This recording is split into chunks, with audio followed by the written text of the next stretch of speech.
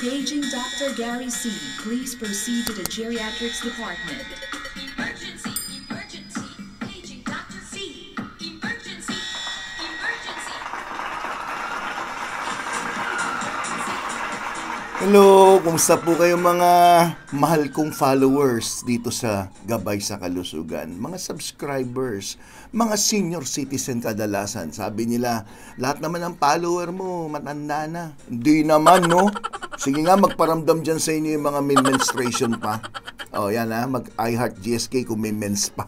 Okay, ang pag-uusapan po natin ngayon ay tungkol sa hematuria o dugo sa ihi. Ano ba mga posibleng maramdaman? Anong dahilan? Bakit ka nagkaroon nito? At ano yung mga risk factors? Ano kayang pwedeng mangyari balang araw? Ayan. So, kailangan makinig po kayo ha. Alam nyo, ang isang tao, pag nakakita ka ng dugo sa ihi, natural matatakot ka. Biro mo, pag ihi mo, kulay pula. Dugo. Dugo mismo. O kaya parang pinaghugasan ng isda. Maski sino matatakot. Pero alam nyo po ba na mayroon namang iba na hindi naman delikado. Nagkaroon ng pag-ihi ng dugo pero hindi naman siya delikado o masasabi nating life-threatening. Yan ang pag-uusapan natin ngayon. Ano muna ang hematuria? Ano muna ang hematuria? Yung sinasabing hematuria, ibig sabihin may dugo sa ihi. Dugong maaring nakikita o dugong maaring kailangan ng laboratorio para ito'y masuri. So ang tawag dyan ay gross hematuria o kaya microscopic hematuria. So tandaan nyo dalawang uri ng hematuria. Hematuria, dugo sa ihi. Number 1, gross hematuria. Pag sinabing gross, kitang-kita. Obvious na obvious. Pag ihi, talagang dugo. Yung pangalawa, microscopic. Di ibig sabihin, hindi nyo nakikita ng naked eye. Yung pag tinignan mo yung ihi, abay, okay naman ang kulay Yung pala, nung sinilip dun sa laboratorio, ayun, nakita, may dugo. O kaya, ginamitan ng mga tinatawag na urinary strip. Ito yung mga ibinababad dun sa ihi nyo at nagbabago yung kulay na indication kung may dugo sa ihi o wala. Nakikita yan sa urinalysis. Pero siyempre, palagi natin pinag-uusapan dito yung anatomy. Ano muna yung ihi? Ihi, alam natin, waste product.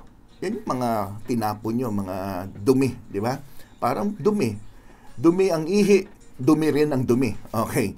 Ngayon, ang urinary tract, ang parte niyan, yung tinatawag na bato, yung kidney, ureter, yung mismong tubo na nagkokonekta dun sa inyong bato, papunta sa inyong bladder o pantog.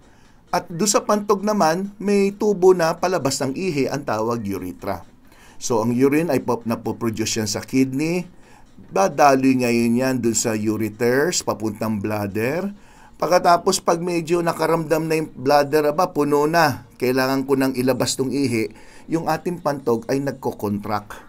Ano ba nagko-contract? Ito na naman, tatagalogin ko. So, pag sinabi mong contract, ganon. May sound effect pa. Okay. So, para ilabas yung ihi sa daanan ng ihi o yung pinakatubo na tinatawag na urethra. So, ganyan, no? Ngayon, how common ba ang hematuria? Ano kadalas ba tayo makakita ng pasyenteng may hematuria? May dugo sa ihi na nakikita nyo o dun sa microscope lang?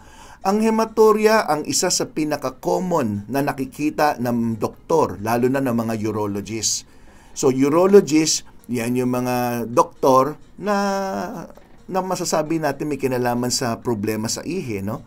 So, nephrologist, yung doktor na gumagamot ng mga sakit na may kinalaman sa ihi. Urologist naman, yung mga nagagamot na may kasamang operation. Yan ay mga procedure na ginagawa.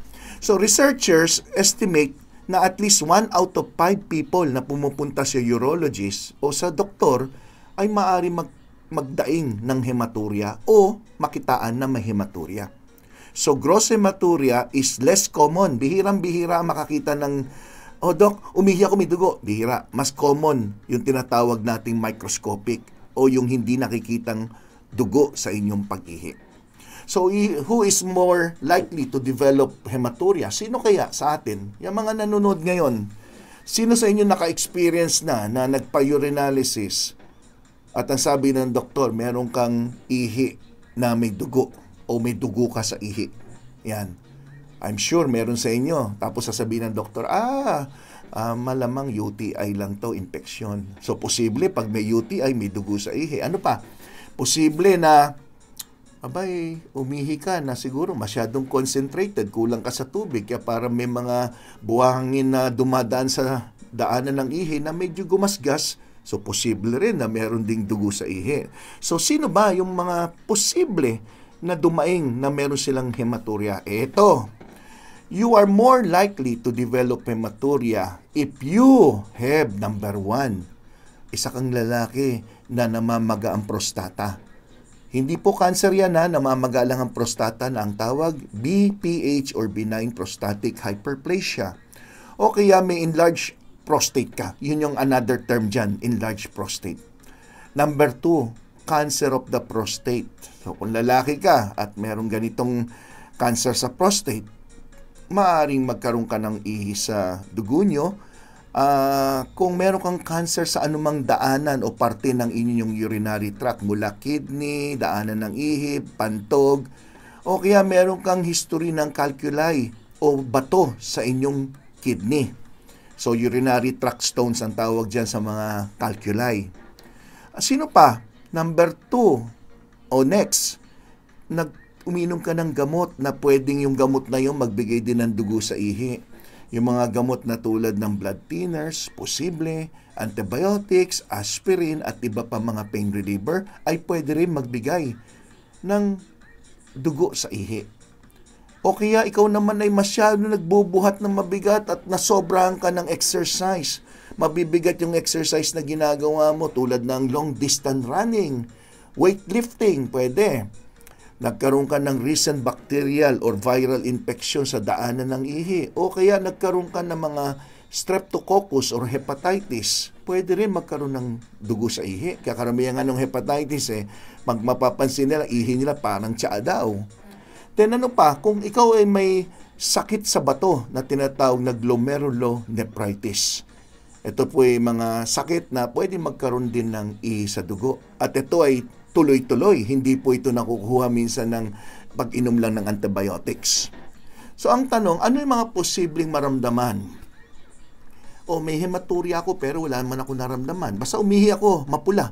O kaya, chinek yung ihi ko, meron nakalagay +4, ihi na may dugo, +4. Pero dok, wala akong nararamdaman na masama Wala kang nararamdaman tapos +4 ang ihi mo na may dugo. Baka nga meron kayong kidney disease. O kaya maaaring infection na asymptomatic nangyayari. Kaya usually, ginagamot yan. Okay. So, ano yung mga symptoms? Ano yung mga pwedeng maramdaman ng isang tao bukod sa umihi siya na may dugo? Eto na, iisa-isahin natin ha. Pag microscopic, ibig sabihin yung sa microscope lang nakita, maaring walang symptoms. Yan yung binabanggit ko kanina. Nagpa-urinalysis, may dugo sa ihi, pero walang naramdaman. Kaya ang hirap pa inumin ng antibiotics o ng gamot ng pasyente dahil wala nararamdaman So pag sinabi ko sa pasyente, may nakita po dito sa ihi nyo, medyo mataas po itong dugo sa ihi, kailangan kitang bigyan muna ng antibiotics. Tapos sasabihin, Dok, wala akong naramdaman, ayoko uminom ng antibiotics. Okay, basta sinabi ko, pero ayaw mo sumunod sa akin, o sige ha, bahala ka, kayo masusunod dahil ikaw naman na may katawan Ikaw masusunod, di ba? Sige. Pagkalipas ng ilang buwan, ayan na, mas grabe na. Ganun talaga, matigas ulo, di ba? Kasi nga, asymptomatic walang naramdaman Okay. In most cases, pag gross hematuria, nakita mo na mapula talaga yung ihi. Yan, may nararamdaman yan. Bagamat yung iba, wala, pero may mararamdaman yan. Tulad ng, ang sakit pag-ihi, parang may gumagasgas. Ang init, parang nabandian daw yung daanan ng ihi niya. Humihi, ang tawag niyo, hilab ba yun? Yung mga ganon, no? So, in most cases, gross hematuria does not cause pain, pero may other symptoms. However, you may have bladder or back pain. Yan, mararamdaman din niya. Masakit ang puson. Tama ba? Puson. At masakit ang likod. Ngayon, pag minamalas-malas, pag-ihi, hindi lang kulay pula, meron parang buong dugo. Alam nyo ba yung pag nagdugo ilong nyo, di ba, bubo, minsan pagsinga nyo, ganun na nakikita, blood clots na bumuo. Ang sakit-sakit niyan pag dumadaan na sa ihi nyo, siyempre. Isipin nyo, normally, ihi lang ang dadaan, may dumadaan na parang, ano bang tawag dito, dugong na mo, yung parang dinuguan. Naku po, masakit talaga yan. So, yun ang mga dinadaing. So, what causes hematuria? Anong mga dahilan? Bakit nga ba nagkaroon? Number 1, ang pinaka-common, infection. Yan, common yan, hematuria because of infection, pamamaga ng bladder, kidney, urethra o daanan ng ihi, prostate problem, trauma, o kaya natamaan, na aksidente, urinary tract stones, urinary tract procedure, o sinilip halimbawa yung daanan ng ihi, pwedeng panandalian, may konting dugo lalabas. BPH or benign prostatic hyperplasia o pamamaga ng prostate, vigorous exercise, sexual activity, pwede rin po Kaya mga misis na minsan, bakit daw may dugo sa ihi? Minsan sexual activity ang dahilan. Tsaka yung mga babae may endometriosis o may problema mismo sa lining ng kanilang mattress. So more serious reasons na yung tao ay may hematuria na dapat bigyan talaga ng pansit agad-agad ay yung mga dudang may cancer of the bladder, kidney o kaya prostate. Blood clotting disorder tulad ng hemophilia, sickle cell disease. Ito yung mga may kinalaman po sa inyong problema sa dugo. Ayan ay nagkakos din ng pag-ihi na may dugo. Kidney disease involving the glomeruli. Glomeruli, yan yung pinaka-functional unit ng kidney. So, yung function ng kidney natin nakabase dyan sa glomeruli. So, pag may sakit ka dyan, may infeksyon ka dyan, o anumang problema, pwede magkaroon ng dugo sa ihi. So, ang tanong, Doc, for example, Doc, nakita ko may ihi yung dugo ko, may dugo yung ihi ko. Natural, alam kong may dugo, nakita ko Pero paano naman yung hindi ko nakita na mapula ihi ko? So, paano malalaman ng doktor kung meron? Siyempre, magpa-laboratorio, di ba? So, how to diagnose? Number 1, kailangan urinalysis. Ito yung sa tingin ko, pinakasimpleng test na pwedeng gawin. Pinakasimple, walang aray, iihi ka lang sa isang maliit na container. Make sure lang pinakamagandang ihi dyan, yung sa umaga, yung tinatawag na midstream, yung kalagitnaan na ihi. Hindi yung unang buga mo ng ihi ang kukolektahin nyo, kundi yung kalagitnaan. Ano bang ibang mga test na pwedeng i-advise ng doktor nyo? So, pwede mga blood test to check kung may kidney problem. Pwede pong mag-request ng CT scan, cystoscopy o yung sinisilip mismo, no? Yung kidney biopsy, magnetic resonance imaging o kaya ultrasound. So ito yung mga additional tests o procedures na pwedeng i-request ng inyong doktor. So common symptoms present along with hematuria. So ibig sabihin meron ka ng dugo sa ihi na nakikita mo o maaring through microscope. So ano pang ibang daing mo? Number 1, pain or burning during urination. Lower back pain, abdominal pain, frequent urination, napapadalas ang pag-ihi, urgent urination, urgency, ibig sabihin talagang hindi mo mapigilan, andyan na, minsan hindi ka na umabot ng CR, nalabas na yung ihi, fatigue o panghihina. Yan ay kadalasan nakikita rin sa isang pasyente. Minsan may pasyente naman na may problema sa daanan ng ihi, yung pala ang dinadaing niya parang nangangasim, sinisikmura. In rare cases, meron mga ganon, no? Sinisikmura tapos UTI, sabi ng doktor. May ibang pasyente, lokong doktor yan. Sumasakit sikmura ko, UTI daw. Loko, ikaw ang loko, mali ka. Pwede yun mangyari na sinisikmura pero UTI pala ang problema. So what are the treatment? Ito importante. So alam na natin na may dugo sa ihi, dapat alamin natin bakit muna nagkaroon ng dugo sa ihi. Kasi ang treatment depende sa dahilan ng problema, di ba? The underlying cause of hematuria decides the treatment. Urinary tract infection, syempre you give antibiotics, di ba? Kidney stone, maaaring bigyan mo ng mga gamot na maaaring makatulong na hindi na lumaki yung bato o kaya makatulong malusaw pa ng konti.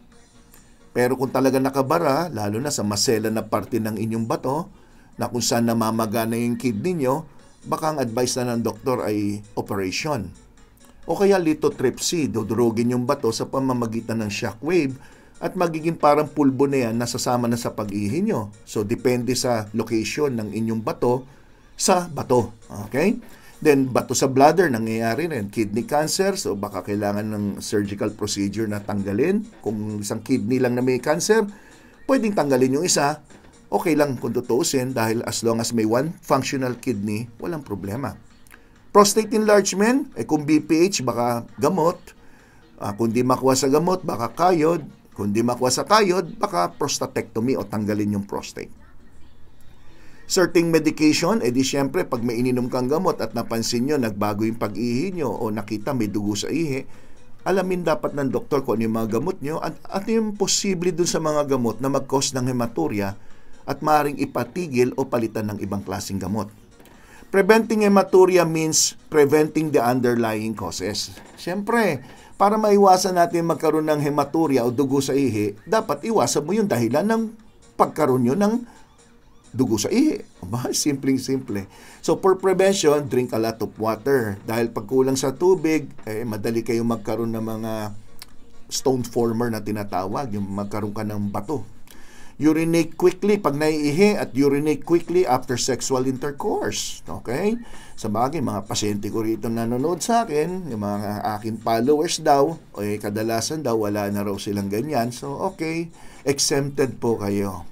Maintain a good hygiene. Oy, biro lang baka active pa si Lola sa 87 years old Then maintain a good hygiene. Siyempre, importante yan. To avoid kidney stone, drink plenty of water, avoid foods high in salt.